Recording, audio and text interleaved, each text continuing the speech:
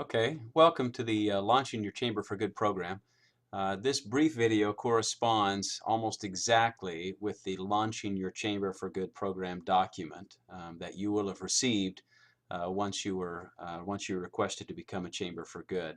But it's another video. It's a video version of the same thing. It allows you to see some of the screenshots and maybe give you some context. So we're just going to go through each of those steps individually. As is mentioned in the document itself, prior to going through each of the 8 launch steps, take a few moments and view some of the Chamber for Good training videos. The training videos can all be found at the YouTube channel, which is youtube.com/user/digmoz. And the 3 that you'll want to focus on to really make sure you've got a good understanding, I'd recommend viewing all of them that are there because they're different facets and elements of the Chamber for Good system. But the 3 that you really want to make sure that you've viewed prior to going through the steps that we're about to outline are the Chamber for Good system overview for chamber execs. That's a 15-minute video that just gives you a good overview. Perhaps you've already seen that by now. The Chamber for Good admin area training. That video again is just specifically about the admin area, how to post needs, how to do a number of the different things, uploading charities, approving charities, so on and so forth. So all of the back end administrative things are found on that video. And then this video itself, which is Launching Your Chamber for Good. And again, those can all be found on the YouTube channel. So let's go ahead and move on to the first step, which is to complete your chamber information profile page. Many of you probably already have a portion of this completed. We try to complete some of this as soon as you request to be added as a Chamber for Good program. But we might be putting in some old information. We're pulling most of this from your website, and it's certainly not complete. And so the way that you find that is, again, you come to your Chamber for Good site, which you will have received that information by now. It's www.chamberforgood.com/ and then the name of your chamber. Sometimes it's not the full name of your chamber, sometimes it's partial. It's whatever you get from us. But once you go there, you'll go down to the bottom of that page and you'll see the chamber login link, which is right here. Go ahead and click on that and you'll be taken to the login page, and that's where you'll put your username and password in to get to the chamber admin page. Most, if not all of you, have already been there before. This is nothing new. So we'll go ahead and take you to that admin area. This is the Modify Chamber page. So as you see, your home page, where you'll always come to, is your chamber information page. So you can update any of this information anytime that you would like to. And then of course over on the right are the links. And again, we go into more detail in this in the admin training video. But just go in and make sure that all of the information, the contact information, phone information, all of this is correct. It's up to date. Your chamber logo is the one that you want. And just make sure that that's all accurate. Number 2, post the Give Local Chamber for Good banner on your homepage. And again, you're going to be requesting that a lot of organizations in your community do this. And it's hard to make that request if you're not doing it yourself. We don't say where it needs to be, but we just say a prominent location on your homepage. The more visible, the better, because what you're going to be doing is asking local media partners, possibly municipalities, possibly other community organizations, and certainly other locally based charitable organizations that are on the Chamber for Good system to post this exact same link on their website in a prominent location.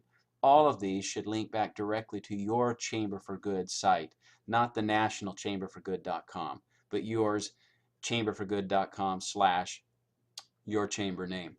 We want to get them to your location as quickly as possible, and we'd rather not have them have to go through the national site if we can avoid it. Moving on to the next step. By the way, as you send that link out, and it's in the charity email, it explains what they need to do. But you're just going to want to make sure that everybody's linking that to the right place. And then you don't have to be too insistent, but you certainly want to make sure that those local charities and other organizations are displaying that banner as well. Step number 3, send the general announcement to the chamber membership announcing that you're becoming a Chamber for Good. So you now have the site up and going, your chamber information is correct, and you have the link on your homepage. So now is the first time that you kind of make people aware of this. Notice that the email excuse me, is going out to the chamber membership itself, the entire chamber membership, rather than just the charities or potential sponsors or anything else. And as it mentions, the goal here is to get the chamber members excited about this new community initiative that's going to increase the goodwill felt toward the chamber and its members throughout the community. That's one of the great powers of Chamber for Good, is suddenly people begin to hear about Chamber for Good and recognize what it's all about. And that there's a certain amount of pride that comes with chamber membership. It's already there, but once the chamber is doing something wonderfully noble like this, raising the visibility of those local great causes that are taking care of those that are in our midst, that's a wonderful goodwill tool. Additionally, the goal is to get as many chamber members as possible right off the bat to enter their email addresses to receive the automated Monday email notifying them of the current local charitable needs.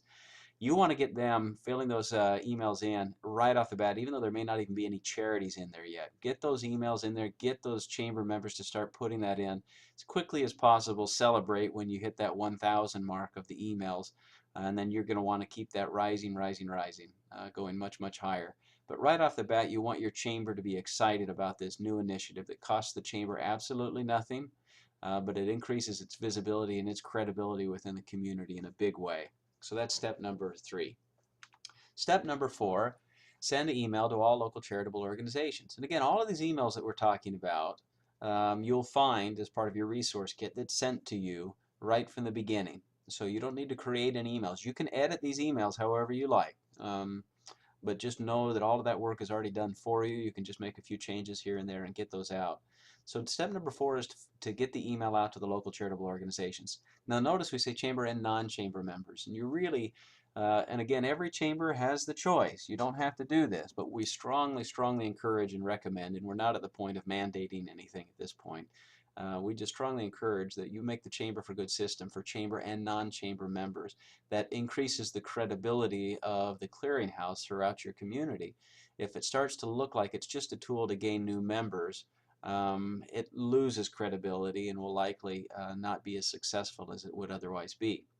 There are other ways, as you see in the other videos and the trainings, there are other ways to bring value to chamber members, and the key way is through the featured charities, rotating graphics there. And so as you're having charities join the system, those that are chamber members, you can make featured charities, so they'll get some extra visibility as well. But the email that's going out to these charitable organizations really explains the impact of Chamber for Good on their organization and how they can participate. Again, the sample email is provided. There is a link, actually a few links, to training videos for charities that are included in the email. And then kind of step 4A, as charities are approved, they'll need to post the Give Local Chamber for Good link on their websites. And that will go out to them in the automated email, letting them know here's the link, this is what you need to do with it. Get that on your website as quickly as possible. That's just one of the other ways that we're driving traffic to your Chamber for Good website. Step number 5. Once you've got your chamber members engaged, you've got your charities engaged and beginning to put their information in, and you're starting to drum up some emails in the automated email, this is the time that you want to make your media organizations aware of what it is that you're doing and of the opportunity for them to be involved. And the email that goes out to your media partners, again, newspapers, radio stations, blogs, magazines, any kind of influential organization that's transmitting information to your community. So that's a fairly broad definition, and you choose to use this however you'd like. But as you get this email out, you're making them aware of the Give Local cause. You're asking for their support, and then as they agree to regularly promote the Give Local Chamber for Good program, their logo will appear on the Chamber for Good site as a media partner. And you see that down here to the left. Thank you to our media partners. In the admin video, it shows you how to put these in. It's very quick and simple, but you can have up to 5 logos rotating here. So when you think of media partners, think of the top 5 that you want. You don't have to have 5. If you only have 2, it'll just rotate amongst those 2. But again, this is a tool that you have to encourage media partners to publicize this great Give Local movement. And there's really no reason that they shouldn't. They look like stars for supporting it. As the email list grows larger and larger, more and more people will be seeing their logo and seeing their association with this great cause. It gives them a way to support some of the great local organizations without having to play politics and favorites and things. So it's a great opportunity for them to be able to really get involved and engage. And there is an email and some guidance for the media partners as to what it means to support on a regular basis. We just want them to be posting ads with a Give Local link or logo in the newspaper, just stating, please take a moment, go to the site, browse the needs, support the community, help support the local charities and causes. Be sure to put your email address in. There's several different taglines and ads approaches that they can take. Moving on, step number 6. Send the email to potential Chamber for Good sponsors. Now, not all of you have sponsorship spots available. Some of you do, some of you don't. Those of you that don't, you can always purchase those. And it doesn't cost very much at all. So if you have some chamber members that are eager to support the cause and be associated with it, let us know, and you can purchase those sponsorship spots at a fairly low amount so that you're able to actually make a decent profit, so you can get some revenue out of that to support some of the other elements of the program or other elements of what your chamber does. But the email makes them aware of the opportunity to be a visible supporter of the Give Local initiative. And there are a lot of businesses out there that this would really appeal to, and it's great to have their support and have them associated and have them visibly associated with the cause. And again, this is an email that we provide. Step number 7, issue a general press release. And this is the first general mention of the formal launch of your Chamber for Good initiative. So this is the first time you're really getting it out there to the public. So with your media partners, you're letting them know, hold your fire until we have our formal press release, but after that, we'd like to have you on a weekly or biweekly or monthly basis regularly promoting the Give Local movement. But it all starts with this general press release that you want to get out. And again, the press release talks about, this really provides a way for you to engage your community by making it easier to give and to give local. And again, the focus is on the ability to browse those needs, make offers. That's one of the key functions that people just really love, and that's a fun one to see starting to happen around the country. And then, of course, to sign up for those Monday emails. It's automated. It requires little to no effort on their part. We simply ask that they be willing to be made aware of the great causes and their needs that exist within the community. And as that email goes out, of course, it has your logo, the Chamber of Commerce logo, Chamber for Good logo, possibly a state partner or a state sponsor, but it's really branded to your Chamber of Commerce. So again, just bringing the visibility, raising the visibility of your chamber to a nice high level amongst people who don't ordinarily engage with the Chamber of Commerce. Finally, step number 8, get your chamber members excited about the rise in the number of subscribers to the Monday email. You have a Google Analytics capability to be able to see, going of activity, how many people are coming to the site, and so on and so forth. But really, one of the great markers that you can kind of set some goals with your chamber and get excited about with your community is to start setting some goals. Hey, let's get 10,000 email addresses in there and to celebrate those. Those are some very easy milestones to celebrate with your Chamber of Commerce, because with every increase, every new subscriber, that's one additional resident of your community that'll feel more gratitude toward and admiration of your Chamber of Commerce. This creates a wonderful blanket of chamber goodwill in the community that ensures increased visibility and community relevance. And so again, the goal is to see those emails rise to a nice high level, because number one, that's huge visibility and publicity for these local causes and charities that are functioning in your own backyard. But it's also the Chamber of Commerce getting its message of what it does and its branding out to a much broader, much larger community. It also gives you that reach for the flash causes that you may have from time to time. You become the emergency response system for all charitable needs and philanthropic activity within your community. So that is a fun goal to have, and that step 8 is really where it starts getting fun and exciting. So those are the 8 steps to getting your Chamber for Good system launched.